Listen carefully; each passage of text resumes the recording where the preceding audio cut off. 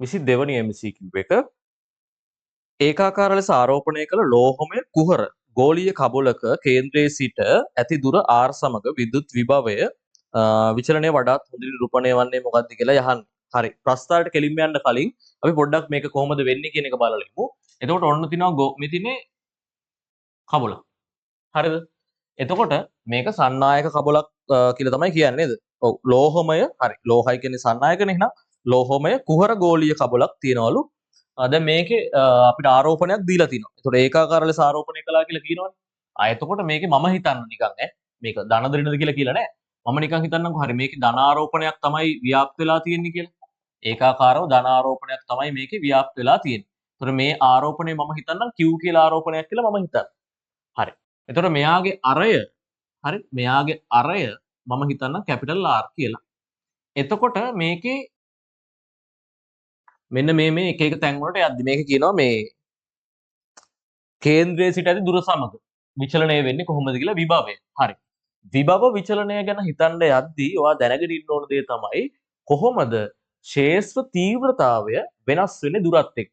ඕක ගැන අවබෝධයක් තිබ්බේ නැත්නම් ඔයාලට විභවය කියන එක එහෙම ලේසියෙන් දැන් ඔය ප්‍රස්තාරය හිතන්න බෑ. ඒක නිසා ඔයා මුලින්ම කරන්න ඕනේ මේකේ කොහොමද ක්ෂේත්‍ර තීව්‍රතාවය විචලනය වෙන්නේ කියලා හොයාගන්න වෙනවා. හරි. එතකොට ක්ෂේත්‍ර තීව්‍රතාවය මෙන්න මෙතන ලියන්න පුළුවන්. හරිද? ගවුස් ප්‍රමේය පාවිච්චි කළා මේ සමීකරණ ඔප්පු කරලා තියෙනවා. එතකොට මම කෙලින්ම සමීකරණ ලියන්නම්. ගවුස් ප්‍රමේය පාවිච්චි කරලා දැන් මේ ඔප්පු කරන්නේ. එතකොට මෙන්න මේ වගේ සමීකරණයක් මට ලියන්න පුළුවන් ක්ෂේත්‍ර තීව්‍රතාවයට. ඒ කියන්නේ මේ සමස්ත ආරෝපණය කේන්ද්‍රයේ තියෙනවා කියලා හිතලා ලියන්න පුළුවන් Q බෙදීම R වර්ග කියලා. මෙතන ඉඳලා මෙතන තියෙන දුර R කියලා හිතුවොත් එහෙම ඔයාලට පුළුවන් E සමාන 1/4 එප්සයිලන් නෝට් කියලා මම හිතුවා මේකේ වාතය තියෙන්නේ කියලා. හරි. ඒක නිසා එප්සයිලන් නෝට් ලිව්වේ. එප්සයිලන් නෝට් ගත්තා. එතකොට Q බෙදීම R වර්ග කියලා ලිව්වා. රයිට්. එතකොට මේකේ දැන් මතු පිට පෘෂ්ඨය ගත්තා. හරිද? ඒක මට ලියන්න පුළුවන් E සමාන 1/4 එප්සයිලන් නෝට් Q බෙදීම R වර්ග කියලා මට ලියන්න පුළුවන්. හරිද? ඇතුලේ ගත්තොත් එහෙම හරිද? ඇතුලේ බැලුවොත් එහෙම කියන්නේ ගෝලීය කබලය තුල ගත්තොත් එහෙම ක්ෂේත්‍රතාවයේ බිඳුවක් වෙනවා. ක්ෂේත්‍රතාවයේ බිඳුවක් වෙන්න හේතුව තමයි ගවුස් ප්‍රමේයයට අනුව මේක ඇතුලේ ගවුස් පෘෂ්ඨයක් තෝරගත්තොත් එහෙම දැන් ගෝලය ඇතුලේ ගවුස් පෘෂ්ඨයක් තෝරගත්තොත් එහෙම ඒ ගවුස් පෘෂ්ඨය ඇතුළට කිසිම ආරෝපණයක් අහු වෙන්නේ නැහැනේ. ඒ කියන්නේ මේ වගේ කබලක් ඇතුලේ දැන් හිතන්න මේ තමයි කබල රයිට් මේක ඇතුලේ මෙන්න මෙහෙම එකක් තෝරගන්න. එතකොට පිට තමයි ආරෝපණ ටික තියෙන්නේ ඇතුලේ ආරෝපණ නැහැ.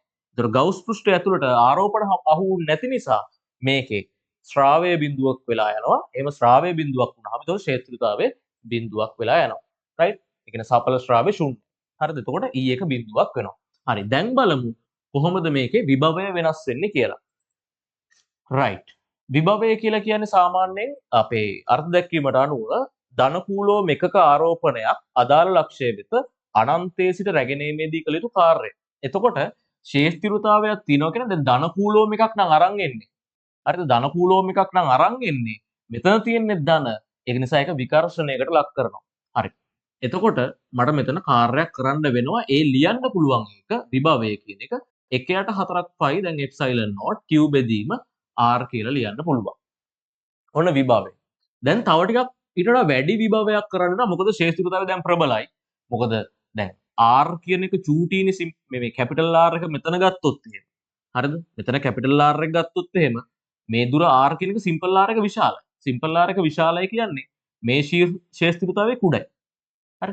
මේ ශේෂ්ත්‍රතාවයේ කුඩයි. මොකද මෙයා ලොකුයි. මෙයා ලොකුයි නම් E පොඩි. හරි. එතකොට මෙයා පොඩි නම් මේක ලොකුයි. ඒ කියන්නේ මතු පිට පෘෂ්ඨයේ ශේෂ්ත්‍රතාවය විශාලයි එළියට වඩා. ඒක නිසා වැඩිපුර ඔයාලට කාර්යයක් කරන්න සිද්ධ වෙනවා මතු පිට පෘෂ්ඨයට මෙයව අරන් එද්දි. ඒක ලියන්න පුළුවන් මට 1/4 එප්සයිලන් නෝට් Q බෙදීම කැපිටල් R කියලා ලියන්න පුළුවන්. මේ එප්සයිලන් නෝට් ලියන්න මම වාතය තියෙන කියලා හිතනවා. හරි. එතකොට ඇතුලේ ලක්ෂයක් ගත්තොත් එහෙම. දැන් ශේෂ්ත්‍රතාවය ඇතුලේ බිඳුවයිනේ. ශේෂ්ත්‍රතාවය ඇතුලේ බිඳුව නිසා ආපහු මං කාර්යයක් කරන්න අවශ්‍යතාවයක් නැහැ. අමතර කාර්යයක් කරන්න වෙන්නේ නැහැ. ශේෂ්ත්‍රයක් තිබ්බොත් තමයි ඔයාට කාර්යයක් කරන්න වෙන්නේ. මොකද ධන ආරෝපණ ඇතුලේ තිබ්බොත් මේක විකර්ෂණය වෙන නිසා ඒකට විරුද්ධව ඒ විකර්ෂණයට විරුද්ධව ඔයාට ගේන්න වෙන්නේ ආරෝපණය. ධන කූලෝම් එක එහෙම බැලුවොත් එහෙම. එතකොට ශේෂ්ත්‍රයක් තිබ්බොත් ඔයා විභවය වැඩිපුර කරන්න ඕන. විභවයක් කියන්නේ ඔයාට කාර්ය කරන්න ඕන. එහෙනම් විභවයක් එනවා එතකොට. කාර්යයක් කරන්න වෙනවා. දැන් මෙතන මොකද වෙලා තියෙන්නේ? ශේෂ්ත්‍රයක් නැහැ. අභ්‍යන්තරයේ ශේෂ්ත්‍රයක් නැහැ. එහෙනම් මතු පිටට ගේනකම් කාර්යයක් කරන්න ඕනේ. හරිද? මතු පිට පෘෂ්ඨයට නම් කාර්යයක් කරන්න ඕනේ. හැබැයි ඉතින් ඇතුළට ගත්තට පස්සේ ආයි මේක ඇතුළේ ගෙනියන්න ඔයාට ආපහු අලුතෙන් කාර්යයක් කරන්න අවශ්‍යතාවයක් නැහැ ශේෂ්ත්‍රයක් නැති නිසා. එහෙනම් මෙතන තියෙන එකම තමයි ඔයාට මෙතනම එන්නේ ඇතුළේ එන්නේ පෘෂ්ඨයේ තියෙන විභවයම තමයි. පෘෂ්ඨයේ තියෙන විභවය තමයි අභ්‍යන්තරෙත් තියෙන්නේ. අන්න ඒක නිසා ඔයාට පුළුවන් දැන් ප්‍රස්ථාරේ පැහැදිලිව ඇඳලා පෙන්නන්න.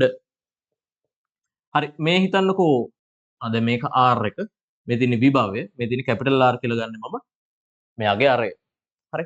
එතකොට මෙතන ඉඳලා මෙහෙම දැන් වෙනස් වෙන්නේ බලන්න R දැන් මේක සිම්පල් R එක වැඩි වුණොත් විභවය අඩු වෙනවා. R වැඩි වුණොත් විභවය අඩු වෙනවා. හරි. එතකොට මේකේ තියෙන්නේ පරස්පර සම්බන්ධයක් හින්දා මෙන්න මෙහෙම තමයි ඔයාලට අඳින්න වෙන්නේ. ඒ කියන්නේ ඈතට යන්න මේ R එක වැඩි වෙන්න විභවය අඩු වෙලා යනවා. හැබැයි පෘෂ්ඨයේ විභවයම තමයි ඇතුලේ තියෙන්නේ. හේතුව E1 බිඳුවක් නිසා ආය අලුතෙන් කාර්යයක් කරන්න වට අවශ්‍යතාවයක් නැහැ. අභ්‍යන්තරයේ විභවය නියත වෙනවා. එතකොට මෙහෙම උත්තරයක් තියෙන එක තමයි වට හරියන්නේ. එහෙම උත්තරයක් තියෙන්නේ 2. එහෙනම් ආන්සර් එක 2 කියලා ගන්න පුළුවන්. ඒක පැහැදිලිව කිව්වේ මේ එන විදිහ තමයි මේ කිව්වේ. එතකොට අපිට ලේසි මේ ප්‍රස්ථාරේ තේරුම් ගන්න.